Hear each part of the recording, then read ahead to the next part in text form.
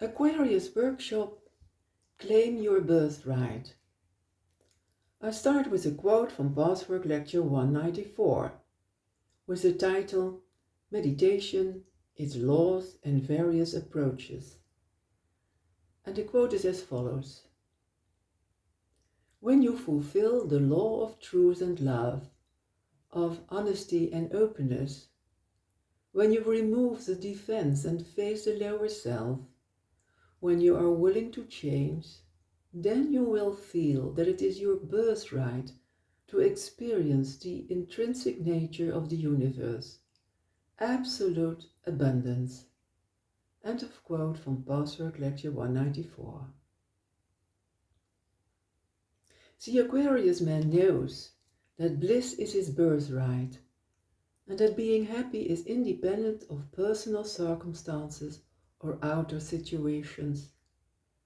This person enjoys giving the very best of himself to himself, others, and life, and therefore has justified faith in the life force and the involuntary processes. Because he chooses to be faithful to the spiritual laws of the clear conscious and to live according to self-found concepts, he is authentic, honest, and truthful. Every human being has the ability to claim his birthright right now by being in a natural state of peace and happiness, but that depends on the following two aspects. The first aspect, healthy self-love and self-esteem. To the extent that there is healthy self-love and self-esteem, there is peace and happiness. When love is lacking, it is an unnaturally painful state of self-alienation that blocks the life force. Every moment in which we damage our integrity due to blind obedience creates real guilt and closes the door to universal bliss. We violate our integrity and self-development if we do not freely follow the spiritual laws, but adopt the norms and values of society. To rebel against those rules is the other side of the same coin, and also a betrayal of the true self with its loving, just laws. The second aspect, facing the now. The Aquariusman enjoys being in the now, but an emotionally immature person is caught in the negative pleasure of escaping the now and being away from himself. Every moment, every now, offers the opportunity to find bliss, peace, purpose, and joy by facing ourselves with integrity and not fleeing from the truth. The ego becomes healthier and more powerful when we perceive, accept, and feel every mood we are currently experiencing, whether it be fear, despair, emotional pain, boredom, depression, or impatience, rather than following the automatic reflex to push that mood away. That mood contains beneath the suppressed emotions the true self, the life force, the now, and therefore bliss. In this workshop you will explore with a loving curiosity 3 fundamental themes of the Pathwork Lectures regarding claiming your birthright. The first theme, the message from the real self. On the dualistic level, we identify with the ego, are emotionally dependent and alienated from the true self. We reject ourselves and therefore depend on the respect and approval of the outside world. The helplessness and wasted energy of this dualistic struggle rob man of his birthright. Only at the unity level of the true self can we find our birthright and our survival and healthy self-esteem no longer depend on other people. At that level, we transcend the misconceptions of the fearful ego. The next quote stems from Pathwork Lecture 143. The message coming from the real self says, "Your birthright is perfect happiness, freedom, and mastery over life. When you fight for this birthright under dualistic principles, you remove yourself further and further from the realization of yourself in which you could truly have mastery, freedom, and total fulfillment of yourself. You seek all this with false means." End of quote from Pathwork Lecture 143. The second theme, ignoring your birthright.